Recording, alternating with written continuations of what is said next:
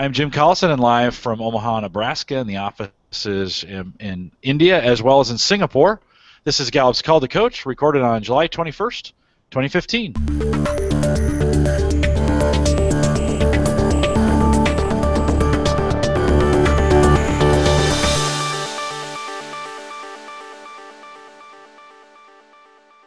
Call to Coach is a resource for those who want to help others discover and use their strengths. We have independent strengths experts and coaches share tactics, insights, and strategies to help coaches maximize the talent of individuals, teams, and organizations around the world.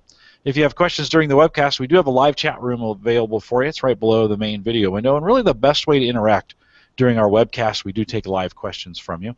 Or if you have questions during the webcast, or you're listening to the recorded version of it, you can send us an email. Send that to coaching@gallup.com. Of course, if you're interested in custom strengths coaching solutions for small, medium, or large organizations, contact us. There's a contact form right there on the live page as well. Don't forget to visit the Gallup Strengths Center for all your coaching resources and training needs. You can find that at Gallup-Strengthscenter.com.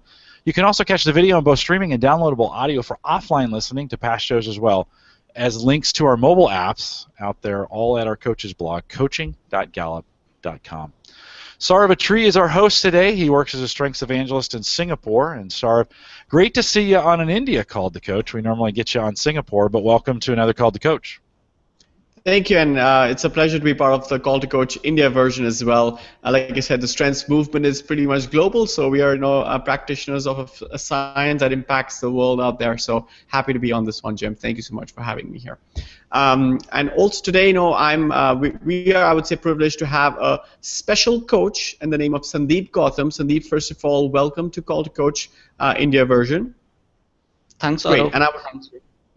And I would love to introduce Sandeep as well. He is a positive psychology practitioner. He's passionate about the whole field of psychology, and he's been using strength-based approach in his experience of managing people, and also now as a coach working with clients and industry professionals out there.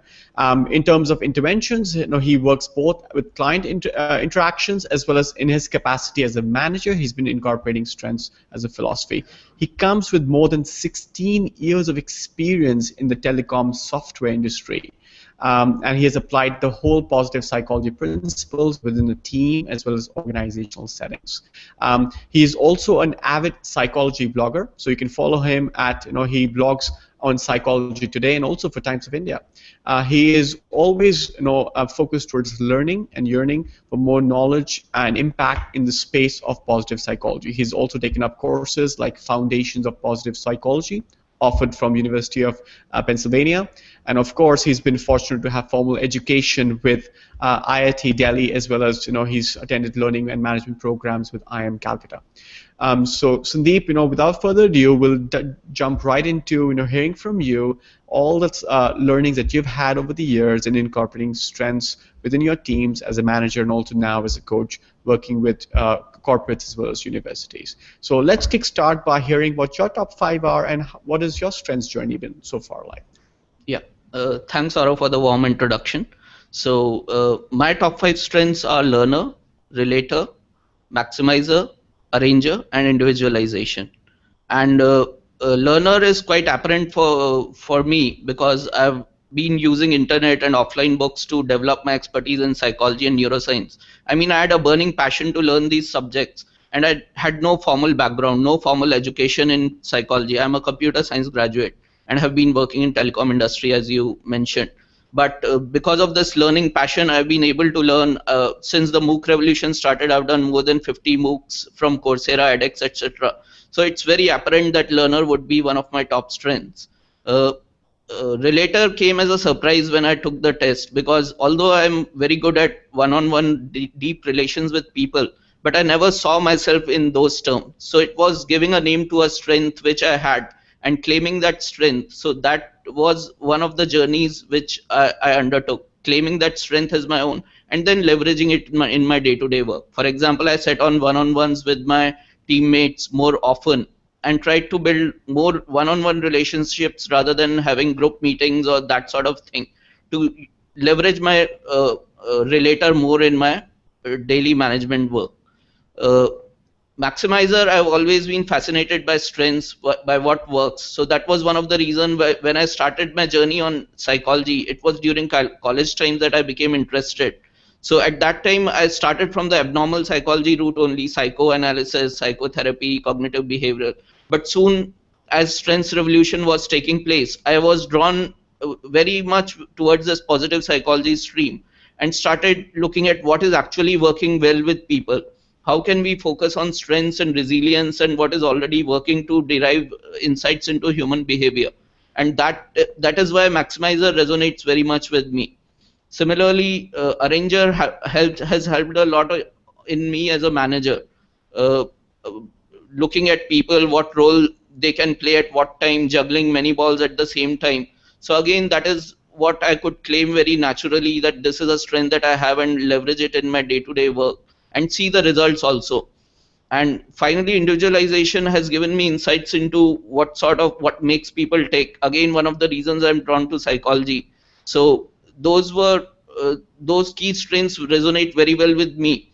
And my journey as a strength on the strengths revolution started from about 2000 or so, when I started reading about the positive psychology books and now Discover Your Strengths and those sort of books, and started slowly identifying myself with the positive psychology movement and the strengths revolution. So that is how it started. And then earlier it was all about learning, but then I started applying it in my day-to-day life as a manager. So probably I'll give a few examples of how I applied it as a manager. So as a manager, what I did was I did not want to force the strengths finder on everybody. So what I did was I had a positive 360 degree done for them.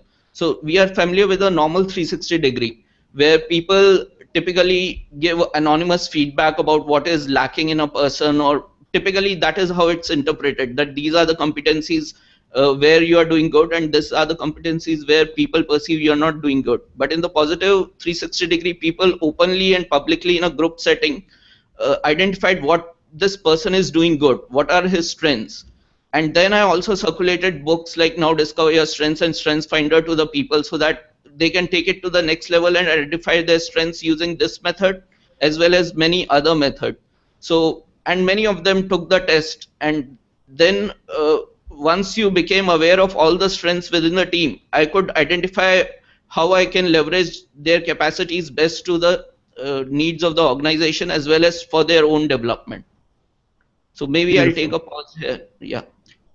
We'd love to hear, we'd love for you to continue telling us that a little bit more in terms of the impact. A lot of managers maybe listening this live or listen to this after the call. One of the challenges that they feel is, how do I introduce this to the team in the right way, and also how do I take them on their journey of transforming their strengths into impact? So we'd love to hear from you any story in particular you have of any of your team member that you've been working with as a manager and incorporating the strengths philosophy with them. Tell us a little bit more on that. Right. So there were this couple of people in my team, both of whose strengths were achiever, but on the other hands, they had many other themes which were quite different. So one of them had much of the thinking themes like intellection, context, input. The other person had other themes like significance, competition. So one person was quite driven by competitive factors, by goals, by public recognition, while the other was more introverted. But nevertheless, they had this drive to do things on each day. So more from my perspective, I had to tackle them differently. I had to, on one hand, make them aware of their own needs also, that this is what makes you tick, and provide them appropriate opportunities to shine. For the person who had more competition and significance, I would set them up for contests or for public recognition, tie their goals to those sort of things. While for the person who was more of the intellection or input or context, that sort of thing, I would give him more, and learner also, I would give him more learning opportunities as a thing to grow and develop. And he was also able to see that this is the way he would actually grow and learn. So typically what we see is people in a team think that there's only one ladder of development, that would be a managerial level. Once you are grown from an individual contributor.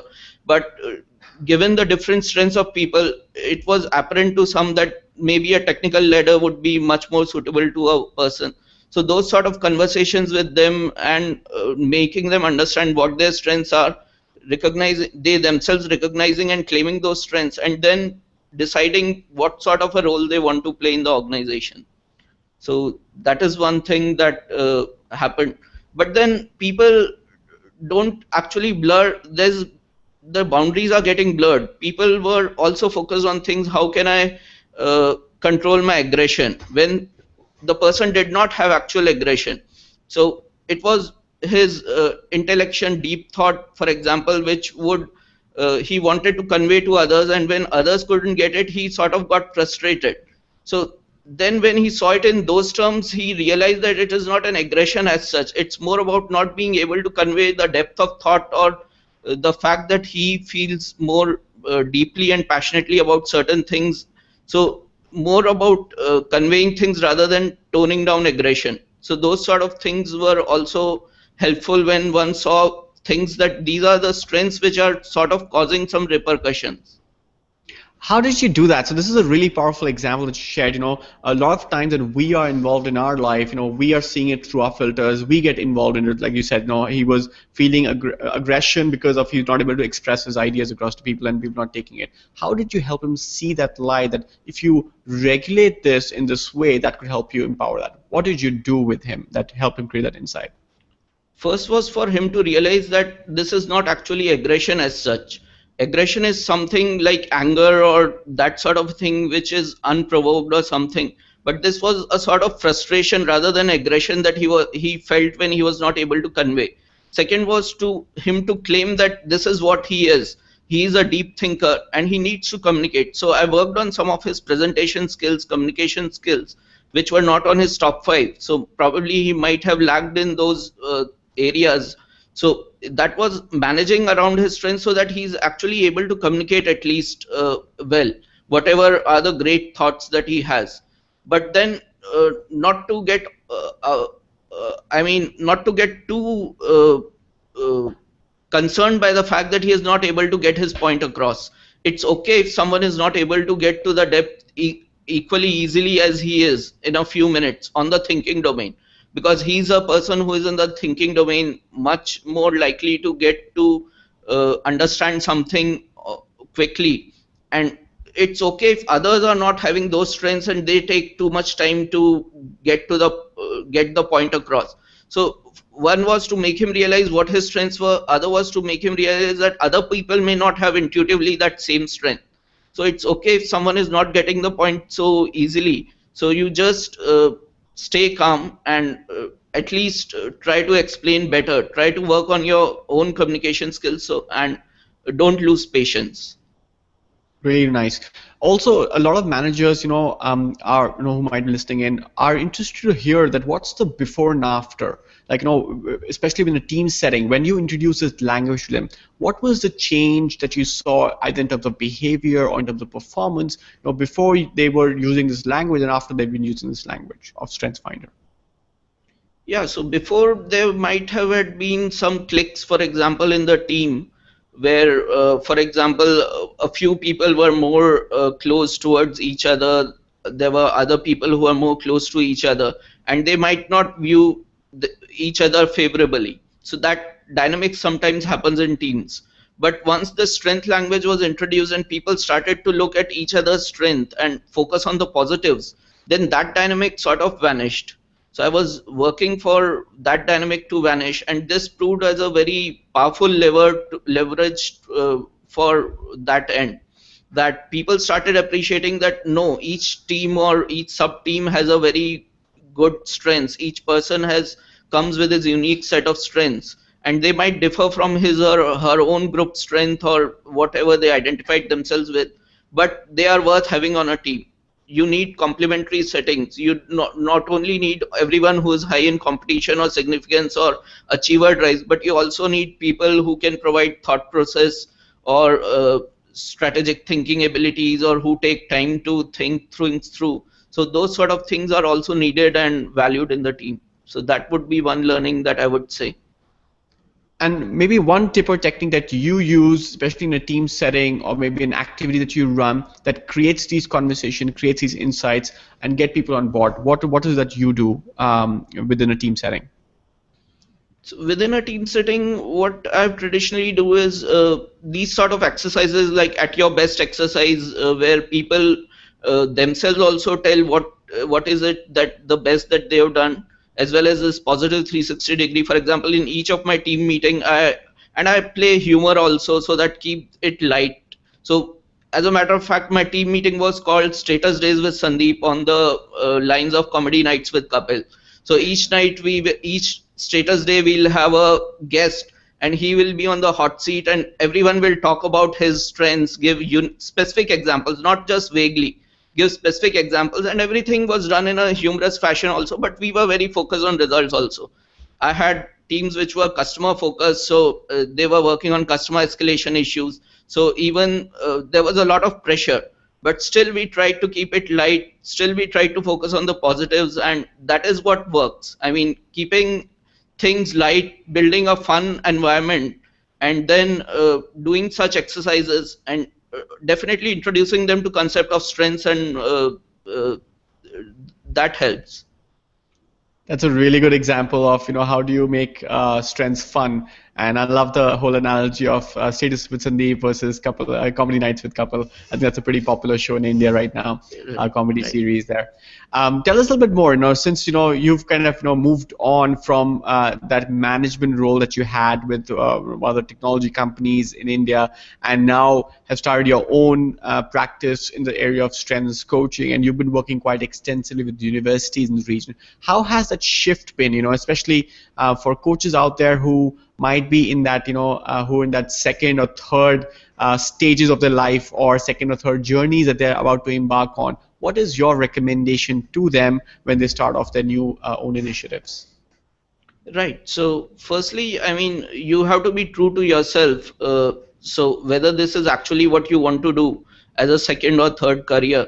So, uh, the journey starts with self-awareness, whether this is actually what motivates you, which will keep you motivated even when things will not turn out well in the initial few months or days or years, maybe even. So you have to be very clear about that this is what you want to do in life. It's helping people, whether you that has already resonated with you, whether your strengths would enable you to be a good coach. There are no specific strengths as such to be a good coach, but whether you will be able to leverage your strengths to be a good coach. For example, I could see that I can leverage maybe maximizer and relator and individualization to be a good coach. So that gave me a lot of, I did a lot of introspection. So that is what I would say, that first do introspection, whether this is the right thing, whether you do get the kicks out of seeing people grow. Maybe you have developer or other themes which make you a person who can see incremental progress in other, maybe your positivity, so you can energize others with your presence. Whatever are your strengths, see whether you will be enjoying that work, because after all, that is what we have been keeping saying, that pick a role which actually energizes you, where do activities which you yearn to do, which provide you satisfaction, where you can rapidly learn. So if that is the place for you, then definitely comes the next step. So as long as you are very much dedicated to becoming a good coach, as long as you have a why, you can do with anyhow. So then comes the next steps as to how to build a clientele, how to be a good coach. So you have to listen to active listening skills, you have to improve, you have to ask open-ended questions. Uh, you have to be very aware of your own filters, how you view the things. I mean, I might have a visceral reaction to some themes or some persons, but that should not, that should not affect how I judge a person. I mean, initially I had this thing, I am a maximizer or thing, maybe restorative is not a good theme. But there are no, as we know, there are no good themes or anything like that. People with restorative are needed. In my role as a manager, I would love to have a person with restorative who would actually be very keen to fix bugs. I mean, that is what happens in software industry. We look for people who are passionate about fixing bugs, identifying problems, fixing things. And so that is what is my message, that be aware of your own filters, that how you may be consciously or unconsciously reacting to things. So just like in psychoanalysis or other things, you do a lot of work on yourself. I think similarly in the strengths journey also, you need to do a lot of work on yourself also. Try to identify your own strengths, capabilities, your motivations, your values, and that will make you to be a better coach when you work with other people. I really like how you said that, if you have a strong enough why, then figuring out the how is still going through the self-awareness process of understanding your strengths, and then you can apply that. But the strong enough why should be there for you to embark on this journey of entrepreneurship and also starting your own business in this field. Tell us a bit more. So now you've made that switch and you've been working with students and university professionals a lot. So tell us more, how has that switch been for you, and what have you been doing with the university students in terms of incorporating strengths at that level? Yeah, so it's with a couple of colleges, I had these workshops, group workshops. So typically with students, the process starts with a group workshop where you typically take the Strengths Finder test, explain the philosophy behind the strengths movement earlier on, then let them take the Strengths Finder test, talk to them about the different ways they can leverage them. And then later, if they want to deep dive, then they can have a one-to-one coaching relationship with you. But typically the universities, as they work, they provide you a classroom setting in which you have a group workshop with the persons. And what I found it is that if you have a good first impression there, if you could make it work in a group setting, then people definitely follow up with a one-to-one coaching sessions also, where they can do more deep dives. So I typically use many other activities to build. That has to be fun, this workshop. It's not lecturing on strengths or even making them understand what strengths are, but you have like love crazy envy scavenger hunt exercise, where people talk to 3 other people about what they love, what themes they love, what top theme drives them crazy, and what makes them envious of each other, and then they report back to the group as to. So this is to get them aware of all the different themes also, not just their own themes but other themes also. And this is what I find most challenging. Most people are very much okay with knowing what their strengths are, but they somehow lose interest into what other themes are, what other people bring to the table, what their friends' strengths might be in a group setting or a team setting, how they need to build complementary strengths, complementary partnerships with people who have complementary strengths. So that part also I try to stress as far as possible. So there are many universities out there who are thinking about becoming strength-based campuses. So what is your advice to them or recommendation in the impact you've seen with students when you work with them at the university level? What would you tell to the university professionals of the usage of this tool? Yeah, so definitely it boosts their confidence a lot. It brings a lot of clarity to them as to what they are claiming their strengths, how they can utilize it in learning atmosphere. That also I try to work with them, how they can apply it specifically to the learning domain, which is different from a work domain sort of thing. And lastly,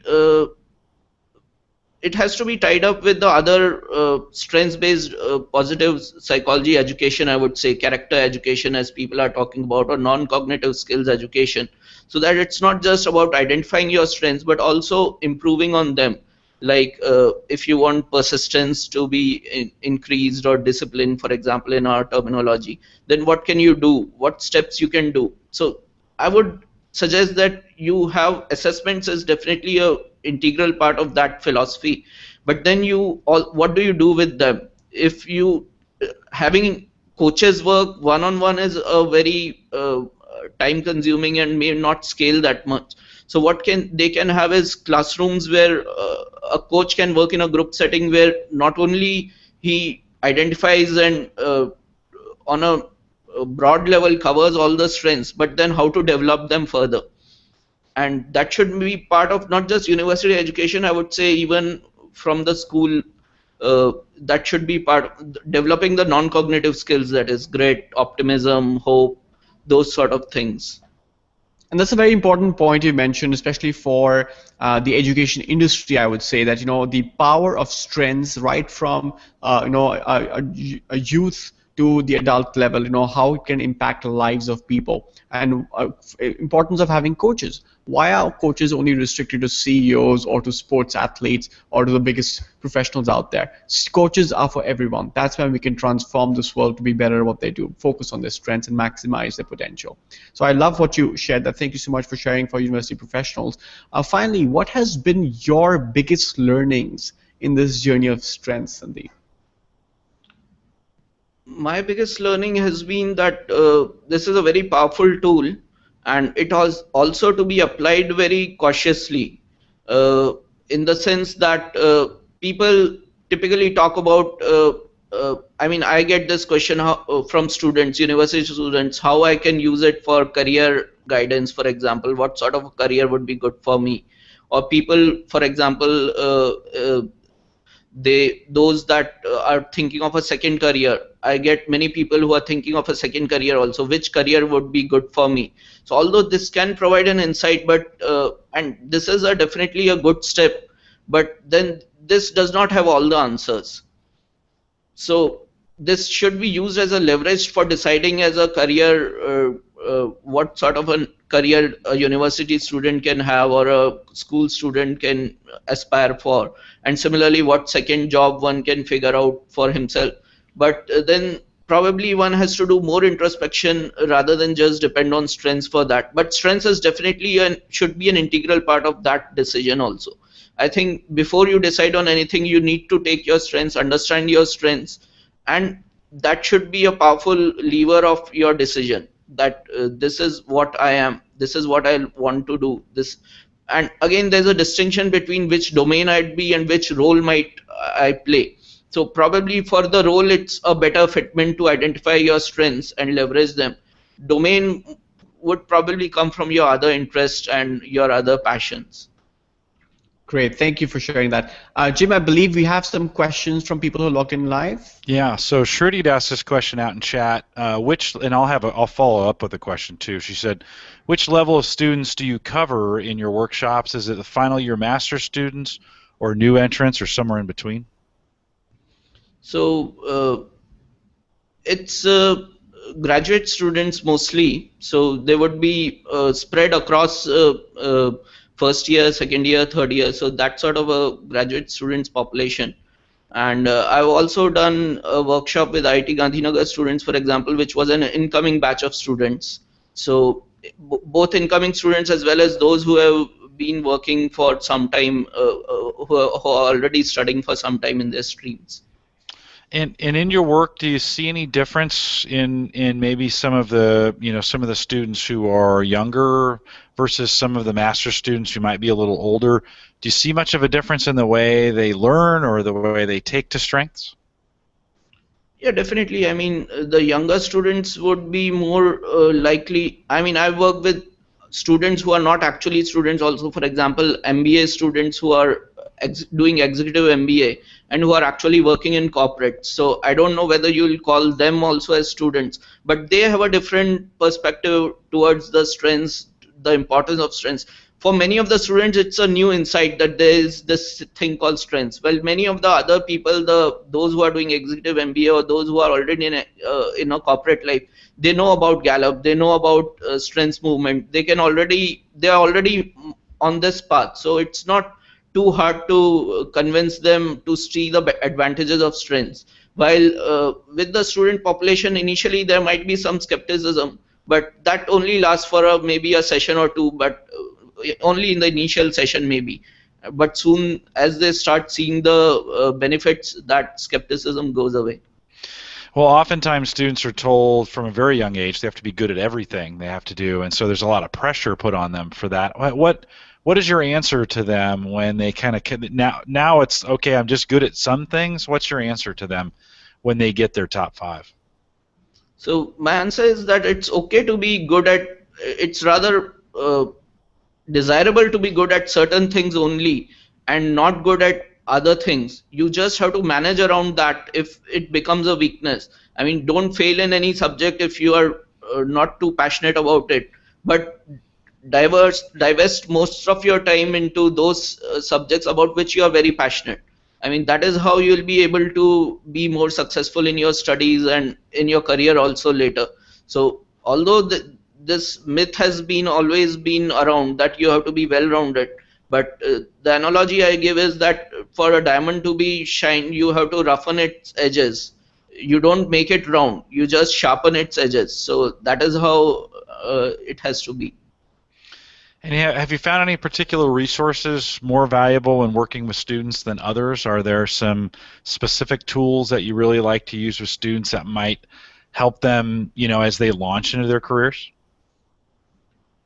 Not really. I mean, as I said, for students, much of the group work needs to be done. So there are interesting exercises I do, like dumb charades, strengths dumb charades, where I would say that you come and do not say anything, but just using gestures, try to play out a theme, and the others would guess it. So those sort of fun things to keep them engaged and also learn at the same time. So this probably would not work too well in a corporate setting, or probably it would also, but with students it definitely, they get a kick out of these things, that they are just doing dumb charades and trying to explain a theme using gestures, and the others are able to guess it, and then they also try to they get a hang of the themes using these things. Yeah, Sandeep, I really like you've said fun a bunch in what you've talked about. You really emphasize to try and make it fun, and I really appreciate that. That's fantastic. When we're doing these exercises, oftentimes they're better received when they're fun, right? We learn in the context of enjoyment, and so that's a good way of going it. Saurav, I'm going to throw this one to you. So Manesh and you guys can both weigh in on this. Manesh asked this question out in chat. Do you see strengths as flowing, dynamic assessment of abilities? In other words, do strengths change, at least the ranking of the top 5 over a period of time, depending on the stage of life and what you choose to get associated with? We get this question a lot, so Saurav, I'll throw that to you. Yeah, so from a science perspective, we've tested this tool many a times, and this is actually the highest retestability of any psychometric tool out there with a 0.74 correlation. So what we've seen typically is, you can take other assessments, and you'll see every 3 months you keep giving it, the results keep changing dramatically. With strengths, we've seen that your top 5 pretty much remain the same, 0.74 with a 0.74 correlation out there. Although what we've seen is, it's 0.74 is not perfect, right? People do evolve, but it won't happen that your top 5 suddenly become the bottom 5. It might jump around your top 10, and because typically that's how you're wired in your brains, and that's pretty much been proven by the field of neuroscience as well. That post 15 years of age, those synaptic connections that you have in your brain of different neurons, they remain cemented for the rest of your life. That's why I tell people, try changing your spouse, and you'll see, haven't you tried that enough? Do people really change? Yes, we've seen people's synaptic connections do tend to evolve over time, or if they've had life-changing events in their life. So somebody's gone through a major disease or death of a spouse, then the perspectives of life completely changes. And then, if they get this strength find again, there's possibility that some themes might jump out the other. But more importantly, what I feel, this tool is a great conversation tool. If people, they give it again, and we don't recommend it. If they give it again, some themes change, ask them, tell us a little bit more. This is a great way to understand people's language, and we should use it in that context, not necessarily just focus on, would my strengths change or the other, per se. That's my direct answer to that. Yeah, and Sandeep, you've said this several times. I mean, it's really a framework for a conversation to have about themselves, right? It's a place for people to have this conversation, and not so much exactly what it is, but even when you were describing your top 5 to us earlier, you were naming them, and you've claimed them, and then you were telling us kind of how you've aimed them, and I think that's a way more important part of the exercise. In the work that you're doing with students, do you see sometimes they get locked in maybe on the order or whatever it is, and do you try to refocus them on what it means to them? Yeah, I mean, for some of them it definitely happens that they would just identify with the word or with a very narrow definition, and then they would look at the order and that sort of a thing. So it definitely happens. People try to get a very narrow view of those things, and then some would say that it doesn't resonate with me, or some would say that this is the only definition. So then you have to work with them that no, this is just a broad description of the theme. It might work different way for you, as it might work for someone else. So try to think of what resonates with you. Maybe mark those descriptions which actually resonates with you, and then always there's this theme dynamics. So don't look at themes in isolation.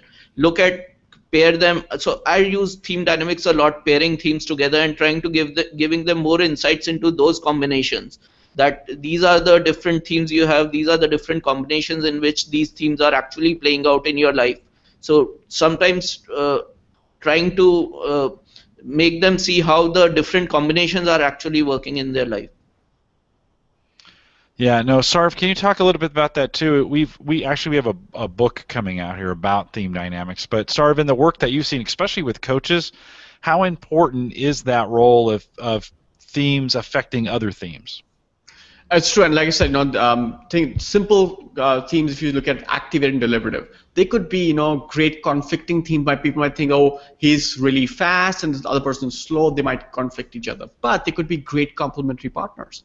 And actually, typically, I've seen, I'll give my example of my own top 5 themes and my wife's themes. Her themes are, my top 5 are her bottom 5. They could be a recipe for disaster, right? Like literally, I'm focused more on strategic, competition, responsibility. She's more restorative, empathy, deliberative. So, and I've got activated and more dominant as well. Again, things could completely fall apart. But understanding these themes could really help us partner in the real way. So whenever problems come across in our lives, I said, why don't you take charge? She's got command pretty number 10 as well. And she's happy to take charge of situations where it's a problematic situation. My positivity tries to shield me from getting in a situation. Great partnership. I have discipline and focus high. So she calls me her planning manager. So I plan things for her because that's what my natural abilities are. And she's more adaptability. She helps evolve in the situation. That's a great partnership. And typically we've seen when people see that in this light, what is right with the person next to us versus what's wrong, that's when you start seeing what's good about what they have versus what I have. And that's when these complementary theme dynamics play to the perspective. And then the other themes like maximizer and ideation that could help complement them into another level. Both are very similar. One talks about ideas, the other is more sharpening those ideas. So you can find these complementary partnerships in other people and what they have versus what you don't have. Especially when you work in teams or in relationships or partnership. It's a great tool to have those conversations to see what's right with the person next to me. So Sandeep, did your maximizer individualization play out when you were a manager, when you were managing teams? How did that look to your teams? What did you look like when you put those two together? So typically I would look at the best in the people and would also be very cognizant of the fact that I would treat them differently. For example, individualization, one of the classic examples we see is that they would have the knack of giving the right gift to the right person.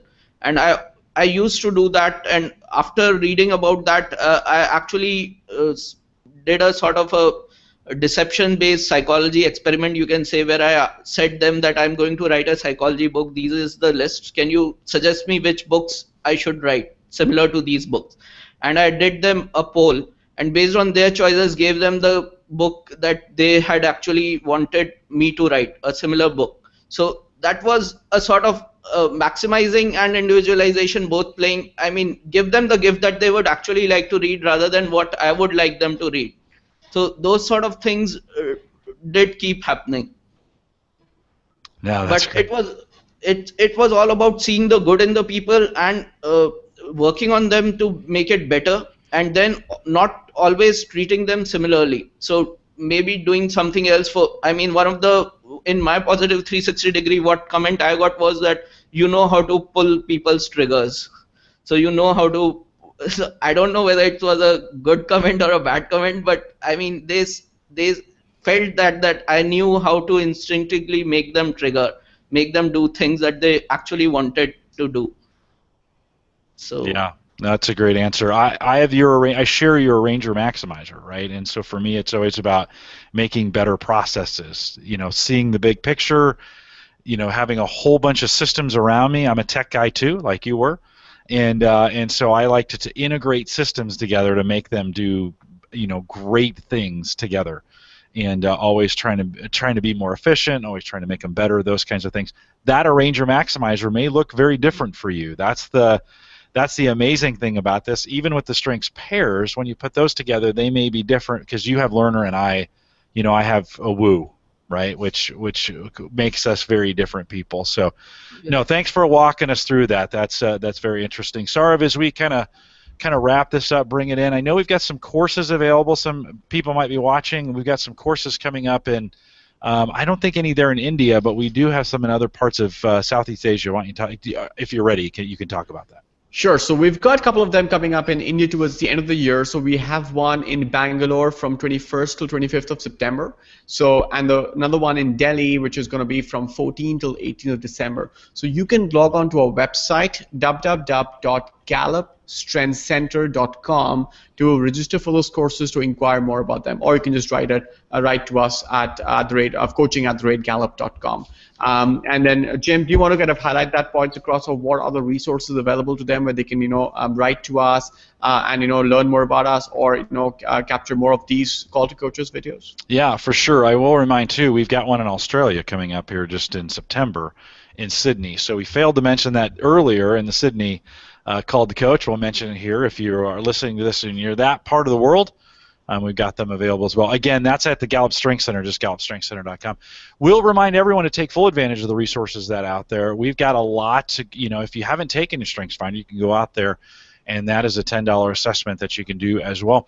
We've got all our links to everything, Facebook, LinkedIn, Twitter, any of those kinds of things you want to get involved with. We have those available on our coaches blog, including about 75 or 80 of these videos. So if you want to go out to just binge watch them all, it'd be a long time. It'd be a week's worth of watching, but do it anyways.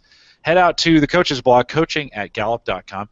You can also catch the meetup pages out there on the coaches blog as well.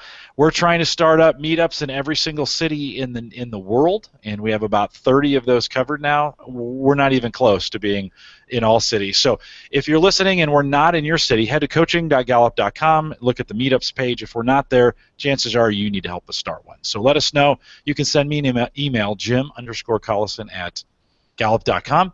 And we want to also let you know we have apps available for the Android and iPhone as well. And if you have not taken advantage of those, they're free on those devices. You can download your top 5 right there, have it available on your lock screen so you never forget it again. Saurav, anything else before we close it?